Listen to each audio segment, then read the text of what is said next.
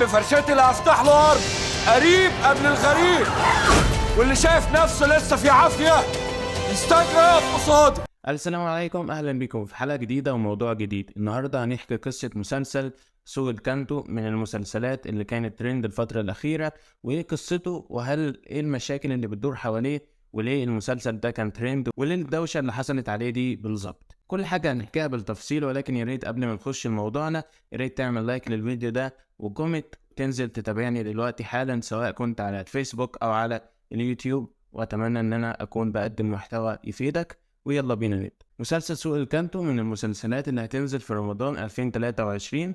كل سنة وانتوا طيبين. وبيحكي عن شاب اسمه طه اللي بيقوم بدوره أمير قرار، وهو بطل المسلسل. بتدور أحداث المسلسل في فترة زمنية قديمة شوية، وهي سنة 1930، الفترة اللي كان فيها احتلال إنجليزي على مصر. بيبتدي الشاب اللي اسمه طه ده إن هو يشتغل مع الإنجليز. ربنا يتوب علينا من شغل الإنجليز ده، وعلى ربنا ما ياخدهم ناخد احنا منهم اللي نقدر عليه.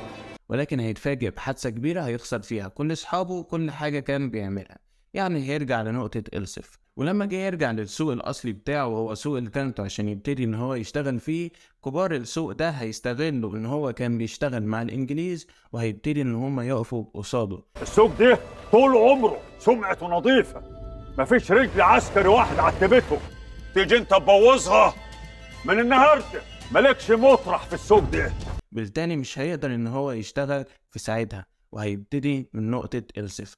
ومن هنا هتبتدي أحداث المسلسل تشتغل شوية، وهيبتدي الموضوع يكون فيه حماس. من هنا هيتعرف على باقي أبطال المسلسل زي مي عز الدين. علاقة أي ست بالموضة هي علاقتها بثقتها في نفسها، إحساسها بجمالها وأنوثتها، وبتحسن مزاجها. بس انت اللي فكرك بالدكانه بعد العمر ده كله يعني؟ هو إيه كل الأسئلة دي؟ وأنت حكم دار السوق؟ ايه ده، انت عرفتيني ازاي؟ انا اسمي طه القماش، حاكم دار المحروسه كلها. تحسيني شبه الناس اللي في السوق كده، لا في لبسه ولا في كلامه. دايما كنت بسال اي اتنين متجوزين انتوا ازاي قابلتوا وحبيتوا بعض، كانوا دايما يردوا يقولوا النصيب ساعته مظبوط. زي فتحي عبد الوهاب. لا انه هيعيش عشان يندمها هي وعيلتها، وان هو هيذلهم واحد واحد. طيب لحد هنا مفيش مشكلة، ولكن ايه المشاكل او الضجة اللي حصلت لما بوستر المسلسل نزل حتى قبل ما البرومو بتاع المسلسل ينزل؟ الفكرة هنا ان تصميم المسلسل او الستايل بتاع اللبس بيشبه المسلسل تاني اجنبي، وهو مسلسل بيكي بلايندرز، وهو هنا بيشوف ان هو بيقلد توماس شلبي في المسلسل ده. وطبعا ده باين جدا من شكل العربية اللي هم مستخدمينها، شكل علبة السجاير اللي هو ماسكها، وكمان شكل اللبس اللي لابسينه ابطال المسلسل بيشبه نفس الفكرة او نفس اللبس اللي بيلبسه في نفس المسلسل. ومن هنا ابتدت الانتقادات، خصوصا ان فترة 1930 الناس ما كانتش بتلبس كده. يعني عندنا مسلسل مثلا مصري برضه اصيل من المسلسلات اللي اتشهرت جدا واللي لسه شغالة رغم ان هي من سنة 2005، وهو مسلسل رايا وسكينة، وبرضه كان بتدور احداثه فترة الاحتلال الانجليزي على مصر. ولاحظنا هنا ان شكل اللبس او طريقة اللبس بتاعت الناس في الفترة دي ما كانتش قوي بتشبه الطراز الحديث زي البدل وزي الفساتين اللي هي على الموضة 100%.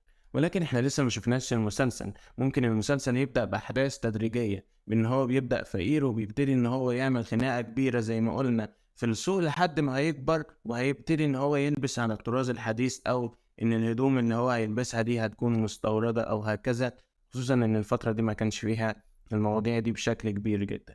ولكن برضو دي كانت من الانتقادات اللي توجهت له، ان اصلا مصر من البلاد اللي هي الجو فيها بيبقى حر، بالتالي شكل التصوير ساعتها هيبقى مايل اكتر لدرجة الحرارة الصفراء. زي ما احنا عارفين ان درجة حرارة الالوان بنبتدي من الاصفر تدرجاتها لحد الازرق او البرودة، ولكن هو هنا بيبتدي ان هو يتعمد في ان المسلسل ذات نفسه يميل درجات الالوان بنفس درجات المسلسل اللي احنا قلنا عليه، وهو مسلسل بيكي بلايندرز اللي هو كان بيدور في اوروبا، فبالتالي كان فيه شتاء، فبالتالي درجات الالوان هتميل ناحية الازرق او ناحية البرودة، خصوصا وانت بتبتدي تعدل على الالوان عشان تنزل حلقة من الحلقات.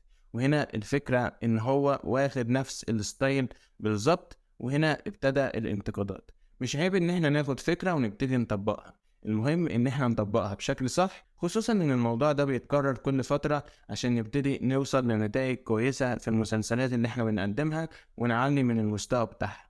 المهم ان احنا نمثله بشكل صح، ونبتدي نقدمه بطريقة صح تليق بالجمهور المصري.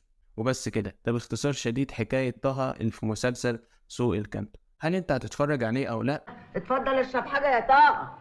تقدر تكتب لي ده في الكومنتات، انا حابب اعرف رأيك، وهل الموضوع بالنسبة لك هل انت هتتقبله ولا مش هتتقبله، وحابب ان انت تشوف حاجة في الزمن ده ولا لا، وحابب تعرف ايه كمان عن مسلسلات رمضان تقدر تكتبها لي في الكومنتات وانا هنزلها في الحلقات الجاية. وان شاء الله كمان هنتكلم عن تصاميم المسلسلات من الصفر، كمان هنبتدي ان احنا نعملها سواء على الموبايل او على البي سي عشان نوصل لنتائج كويسة، وانت كمان تعمل الصور للمسلسل المفضل بالنسبة لك. اتمنى ان الفيديو يكون عجبك، متنساش اللايك والمتابعة والكومنت. انا يحيى الشافعي، والسلام عليكم ورحمة الله وبركاته.